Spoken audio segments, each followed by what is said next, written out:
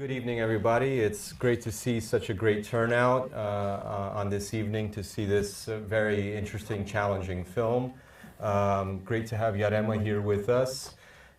He plays the role of Kirill in the beginning of the film. That we saw this great kind of opening sequence, the first 20 minutes, that ends in this shocking moment. I think we can all agree. It was actually really interesting to see it for the second time with an audience, because when that moment happened, everybody kind of collectively gasped. I think that most people didn't see it coming. So could you tell us a little bit about your development of this character, Kirill, and especially the monologue? It's really interesting to see because you have basically this great monologue right before that inciting incident happens. So how did you develop that? Well, first, thanks for having me. I'm sorry, I'm the only one from the film crew that have to answer all your questions. Not if I'm capable of, but I'll try. Yes, first, regarding my character, since me and the director, we're pretty close friends, and I worked with him on a couple of his short films as a DP.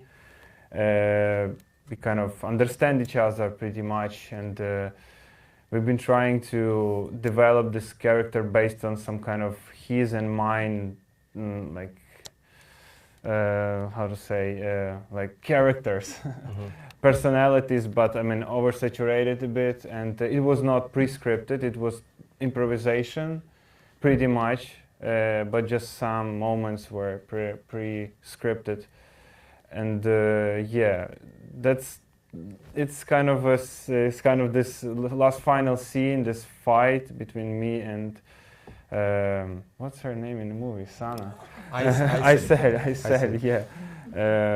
It was like, built during the conversation. We were adding and adding more and more. We did like probably, 15 takes or something, and something, I don't know, that's it. That's amazing to hear that it was a half improv, kind of this hybrid scenario, because there's so much that's said with so much conviction by the character in that scene.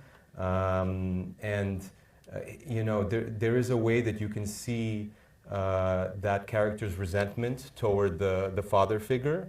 The father figure is Ildar, who is also the investigator in the second half of the film.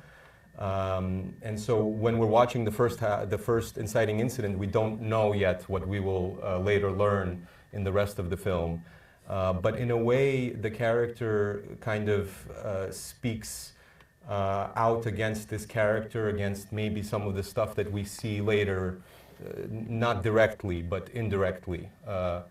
And so it launches us into the rest of the film, and we see this investigation start to take place. And there's many issues that we have with the way the investigation is undertaken.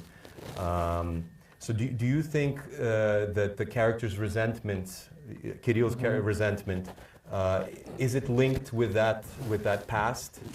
Oh yeah, exactly. I think my character is kind of the person who's speaking out for all those silenced people from 90s, some kind of intelligentsia, or like zakoshlachena intelligentsia, if those who speak Ukrainian can understand me, like those who couldn't really make it through 90s, and my character is kind of fighting back, and probably even too much, and becoming this kind of annoying dude who is blaming everybody else because of, I don't know, a sort of revenge for his father, maybe, I don't know, for his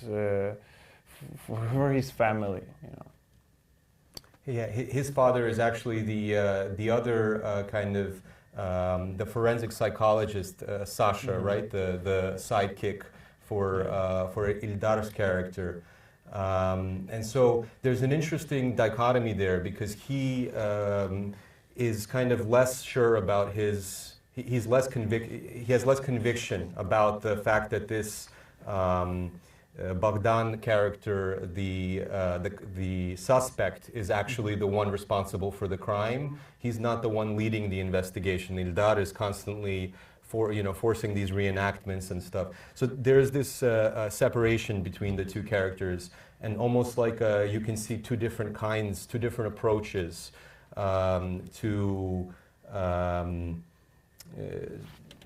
two different approaches to the 90s, basically, to the psychological approaches to the 90s. One in which you are convicted in what you think is the truth from Ildar's side, right? And you do anything you can to try to corroborate that truth. And the other one who is more passive. I think, yeah, this is this dichotomy. This is probably one of these two characters somehow resembles the Ukrainian in 90s in the sense that my father, this forensic psychiatrist, he never really became the main character even in this particular film. I know since the beginning, working on a script, Philip thought that this might be the main character, this guy, but he never really made it as like in the real life. Those people never really made it. They were mostly silenced and quiet, and never really wanted to, take part in life. And on the other side, this rude people like Ildar, they used the chance in order to basically, to shape their own world. And within the world that they shaped, we are pretty much living in Ukraine. And this is the world in a way that our generation is somehow try to fight or at least reshape. And that's, my character is angry about it. There's a lot of thematic considerations there to unpack. But before we go further into that, I was more interested on the technical side, because this film is shot and presented in such a unique way.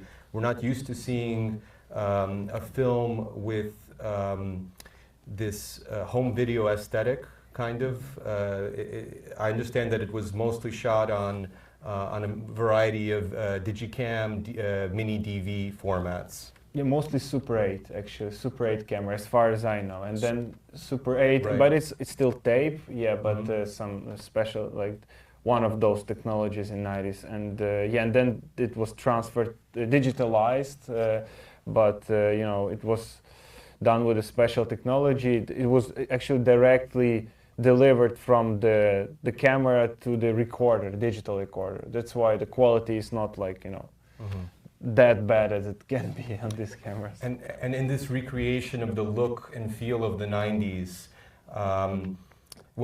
this wouldn't be in your scenes so much, because your scenes all take place in the present day, pretty much. But were you on set at all in the sequences that were shot for the 90s, 1996? Two scenes were shot in my place that I used to live. So I had to be there. I had to take care of my house. Yeah. So kitchen scene when they were like together, and another one, the dinner. So It's interesting because there are some moments in the film that have almost this retro feel. This like they show these banal moments, like the Sasha watching a football match, or the three of them listening to some kind of vintage LP vinyl, and so it's almost like there's this innocence in this nostalgia, but obviously there's such dark things that happen in this film that you have to understand. Probably there's something seeping underneath, something darker. Yeah, it's good observation. I think it's a very important one. In my opinion, like this is I like this two sides of this film. On the one hand, we used to like laugh from 90s, you know, these funny moments like videotapes, home videos, like this guy, you know, in the window, or you know, this silly, sometimes silly music, silly costumes, environment. That's so funny, but you know, it wasn't that funny actually. You know, in reality, it wasn't that funny. It was, you know, it was horrible. On the other side, it was horrible, and we, you know, with some, I remember, like, you know, we laughing. We used to laugh at, you know, like Yanukovych, for instance, you know, the president, you know, that, you know, built himself in 90s, or some other like this guys in leather jackets.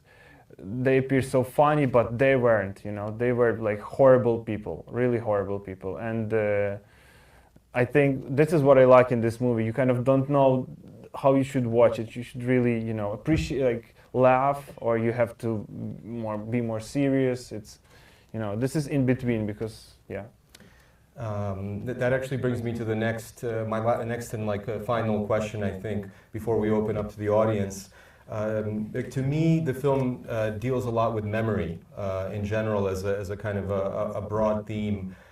Family memory, how we, it kind of begins with this opening sequence in which your character plays a central role, and then we look back to the history, the family history in a way, and all the incidents that the family was involved with. But then as well, we're seeing all this kind of official state reenactment, this footage, the police department's reenactments, what they're choosing to include in this footage, how they're choosing to conduct their investigation. And then there's the broader kind of more cultural memory, like what is being recorded and memorialized from the 90s, in the 90s, what is being looked back at from the Soviet past. And so, yeah, there's these multiple time periods that are all crucial to the understanding of Ukraine's cultural heritage and its place today. So I guess my question is, having taken part in this film, worked with Philip Sotnychenko on its realization, what do you think about this question of what needs to be kind of memorialized, how we need to look at memory at our past, at Ukraine's past? Thank you for the question. I think we've been speaking, I spoke about that with Philippe once, and we were thinking that this we really forget about this recent memory, you know, not that big memory, the constructed one that, you know, we now try to, you know, like, you know, understand, read, study, but this recent past, it's unnoticeable. Nobody really like are interested in it. It's something so close that you barely notice. And I think we should, you know, we should learn and be interested in this recent past. It's in a lot of ways really still subjective, private. It's sometimes even home videos. Sometimes it's already, you know, Maidan Revolution, for instance, or Orange Revolution, if you're talking about Ukraine. But as soon as we understand, we will probably, I don't know, will be taking care of the memory in a better way. Yeah. And in this film, you know, it's framed by these two horrific incidents. You know, the first, the murder of your character, essentially, and then at the end, the state-sanctioned murder or killing, execution of Bogdan. And these two incidents are linked. That's the thesis of the film. And our role as an audience is to figure out how. And I think the answer is in memory somehow. Exactly.